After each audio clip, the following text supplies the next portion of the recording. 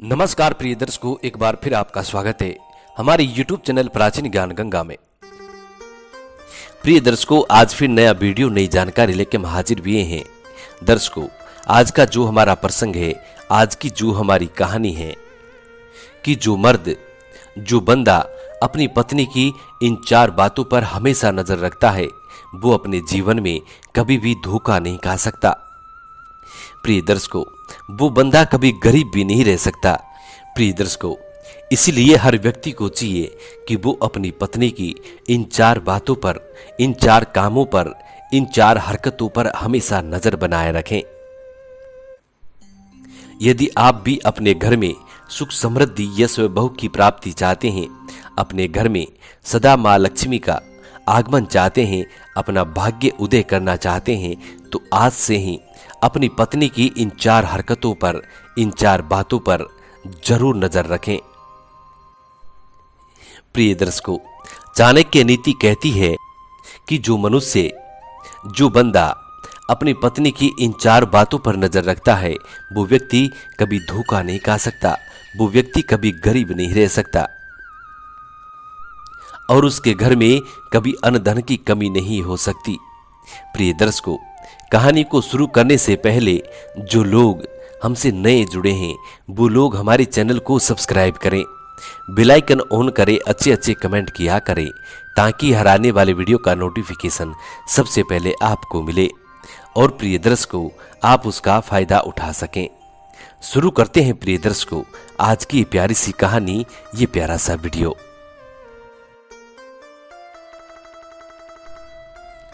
प्रिय दर्शकों, प्राचीन काल समय की बात है। एक नगर में एक धनी नाम का सेठ रहता, जिसका नाम उस सेठ ने काजू रखा था। सेठ की पुत्री काजू बड़ी सुंदर थी कि मानो इंद्रलोक से उतरकर कोई अप्सरा आ गई हो, इतनी सुंदर उस सेठ की पुत्री काजू थी। प्रिय दर्शकों, कुछ वर्ष निकलने के बाद सेठ की पुत्री काजू जवान हो जाती है और एक दिन अपनी सहेलियों के साथ एक पनघट पर पानी भरने के लिए चली जाती है। जब पानी भरने के लिए जाती है तो उसी पनघट पर एक ब्राह्मण का लड़का बैठा हुआ था। प्रिय दर्शकों, जब उस ब्राह्मण के लड़के की नजर काजू पर पड़ती है तो वो देखते ही मोहित हो जाता है और उसकी कामुक इच्छाएं जागृत हो जाती हैं। ब्राह्मण का लड़का अपनी कामुक इच्छाओं पर काबू नहीं रख पाता है। अब वो सोचने लगता है कि वाह, कितनी सुंदर लड़की है, कि मानो कोई इंद्रलोक से उतरकर कोई अप्सरा मेरे सामने आ गई हो। इतनी सुंदर उस सेठ की लड़की काजू थी। प्रिय दर्शकों, अब वो ब्राह्मण का लड़का सोचने लगता है कि इस लड़की को किसी भी तरीके से पाना है। इस लड़की को पाने के लिए यदि मेरे प्राण भी चले जाएं तो भी सस्ता समझूंगा। यही सोचकर वो ब्राह्मण का लड़का अब सेठ की लड़की काजू का पीछा करता है, उसकी निगरानी रखना शुरू करता है। प्रिय दर्शकों, अब उस ब्राह्मण के लड़के को एक दिन पता चल जाता है कि सेठ की लड़की काजू अपने बाग में रोज घूमने के लिए जाती है। अब वो ब्राह्मण का लड़का सोचने लगता है कि यदि मैं भी सेठ के बाग में घूमने के लिए जाऊं तो उस लड़की से मेरी बात हो सकती है, मेरी मुलाकात हो सकती है और जब सेठ की लड़की काजू से मेरी मुलाकात होगी तो उसे मैं स्पष्ट बता दूंगा कि मैं उसे पाना चाहता हूं, उससे शादी करना चाहता हूं। यही सोचकर वो ब्राह्मण का लड़का सेठ के बाग में जाकर छुप के बैठ जाता है और इंतजार करता है सेठ की लड़की काजू आने का। प्रिय दर्शकों, जब सेठ की लड़की काजू का बाग में घूमने का समय होता है तो वो अपने बाग में घूमने के लिए जाती है। अब जैसे वो बाग में घूमने के लिए जाती है तो ब्राह्मण के लड़के की नजर फिर से उस लड़की पर पड़ जाती है।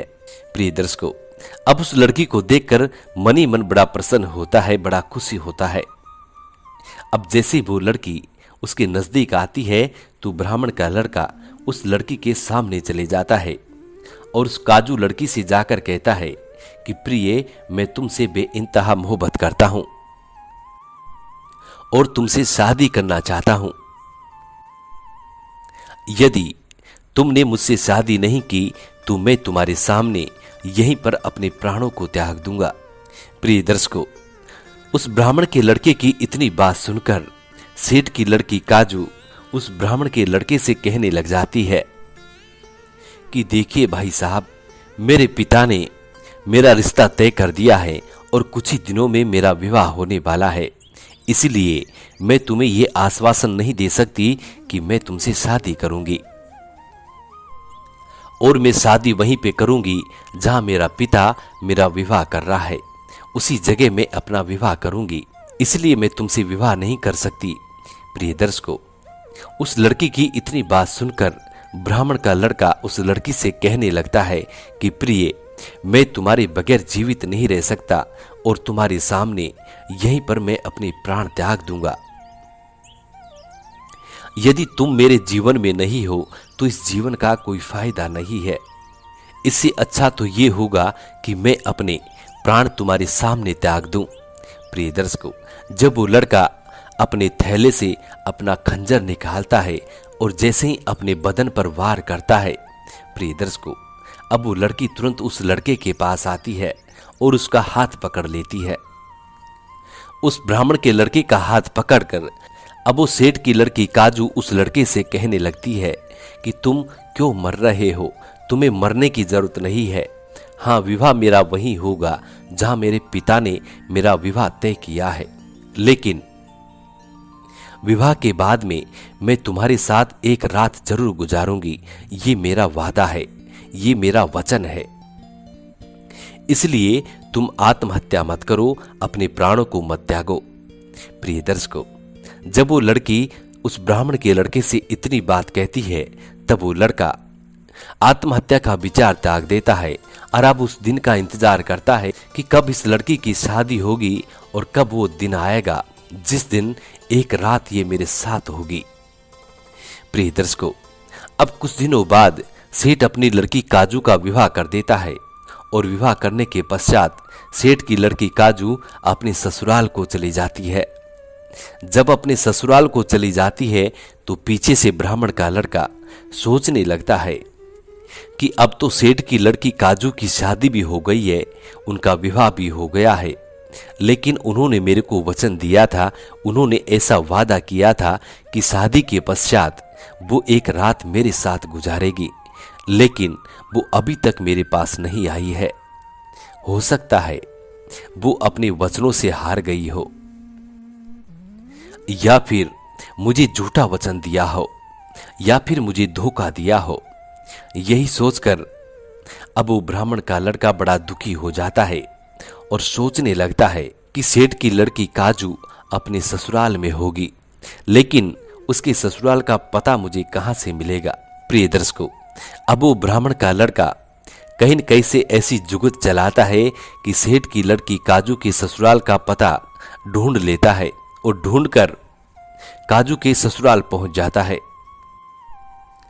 एक भिखारी का भेष बनाता है, भिक्षुक का भेष बनाता है और उस गांव में जाकर हर घर में भिक्षा मांगता है।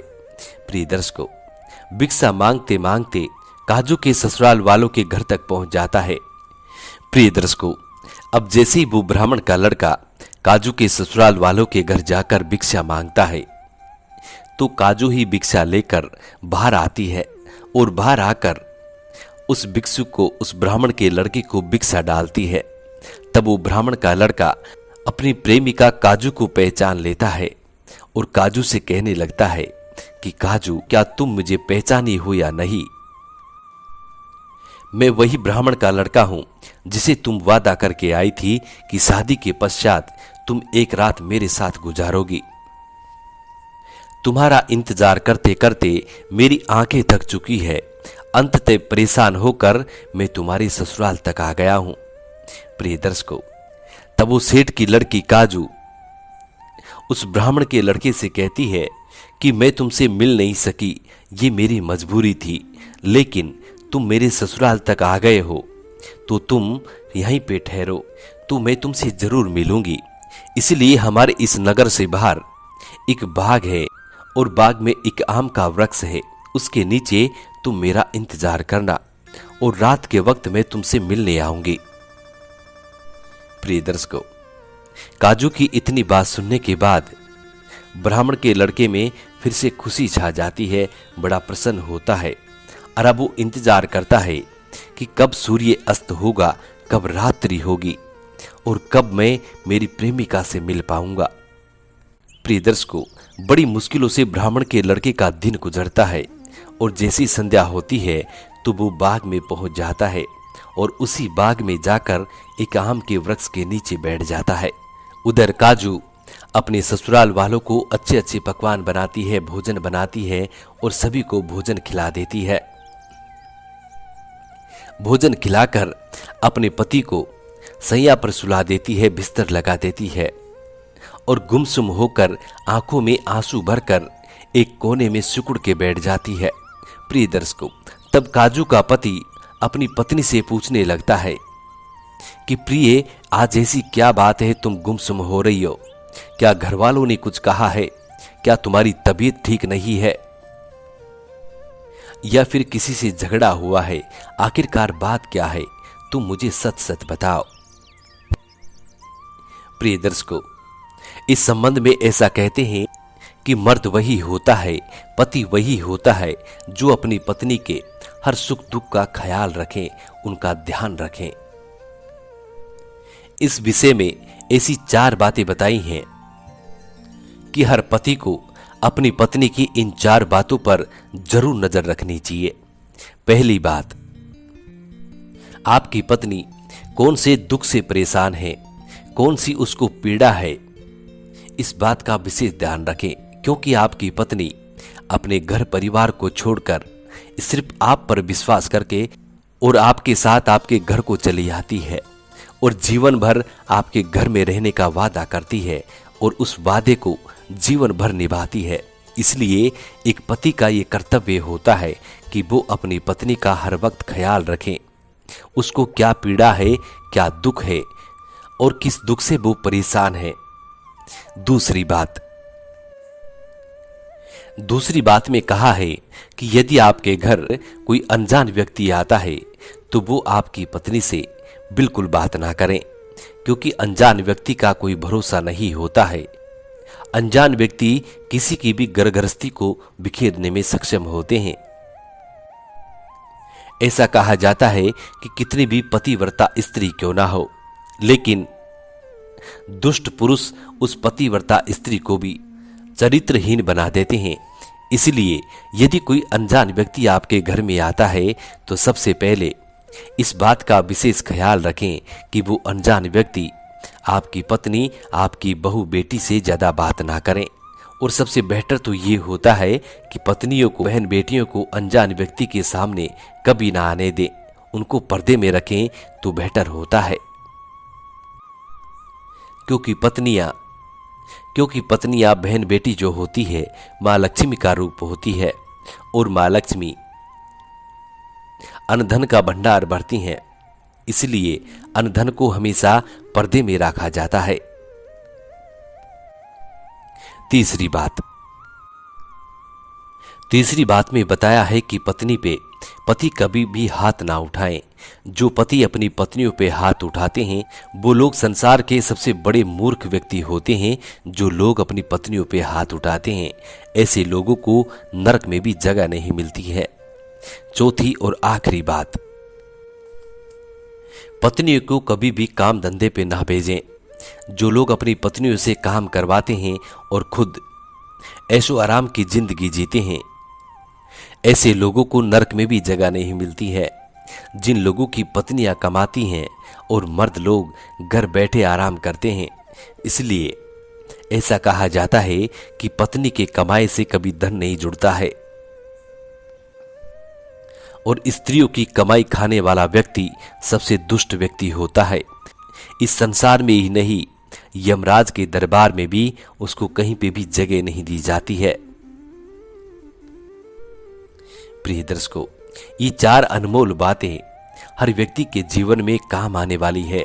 इन बातों पर जो बंदा अमल करता है उसके घर में कभी भी कलह उत्पन्न नहीं होता, लड़ाई झगड़े नहीं होते हैं।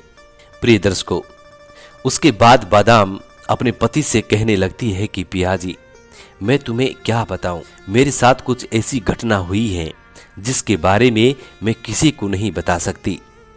लेकिन फिर भी बादाम का पति अपनी पत्नी से पूछने लगता है कि प्रिय, यदि आप मुझे नहीं बताओगी तो किसको बताओगी। तब बादाम अपने पति से वो संपूर्ण घटना सुनाती है। कहती है कि जब मैं कुंवारी थी उस वक्त एक ब्राह्मण का लड़का मेरे पास आया था और मेरी सुंदरता पे मोहित होकर वो मेरे से विवाह करना चाहता था। लेकिन मेरे पिता ने आपसे मेरा विवाह तय कर दिया था। तब मैंने उस ब्राह्मण के लड़के से कहा था कि मेरा विवाह मेरे पिता ने जहां तय किया है वहीं होगा, लेकिन ये मैं वादा करती हूं। लेकिन तब वो ब्राह्मण का लड़का आत्महत्या करने की धमकी देने लगा। तब मैंने उसको एक वचन दिया था कि विवाह होने के पश्चात एक रात मैं तुम्हारे साथ जरूर गुजारूंगी। और अब वो ब्राह्मण का लड़का आज हमारे घर पे आया है और नगर से बाहर बगीचे में बैठा हुआ है, मेरा इंतजार कर रहा है। प्रिय दर्शकों, बादाम की इतनी बात सुनने के बाद उसका पति दंग रह जाता है और अपनी पत्नी से कहता है कि ऐसी पत्नी पर धिक्कार है जो पत्नी अपने पति के जीवित रहते हुए किसी अन्य मर्द की कामना करती हो। ऐसी पत्नी को नरक में भी जगह नहीं मिलती है। तब बादाम अपने पति से कहती है कि पियाजी, मैं कुछ गलत नहीं करूंगी, बस मेरा वचन दिया हुआ है उसे मैं निभाना चाहती हूं। प्रिय दर्शकों, तब बादाम का पति अपनी पत्नी से कहता है कि ठीक है, तुम जाओ, लेकिन फिर से कभी लौटकर मेरे घर में मत आना। प्रिय दर्शकों, बादाम का पति अपनी पत्नी से कहता है कि पति के होते हुए यदि कोई पत्नी किसी अन्य मर्द की कामना करती है, ऐसी पत्नी से बेहतर है कि इंसान अकेला रह जाए। बादाम का पति अपनी पत्नी को उस ब्राह्मण के लड़के के पास भेज देता है।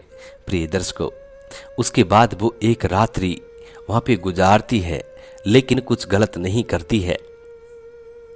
उसका पति भी उस पे नजर रखे हुए था, लेकिन वो कुछ गलत नहीं करती है और फिर से अपने पति के पास आकर अपना घर वासा बसाती है। प्रिय दर्शकों, ये कहानियां समाप्त होती है।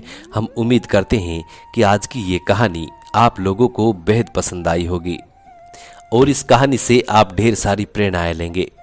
मिलते हैं प्रिय दर्शकों आने वाले नेक्स्ट वीडियो में। तब तक अपना ख्याल रखें। जी नमस्कार, धन्यवाद।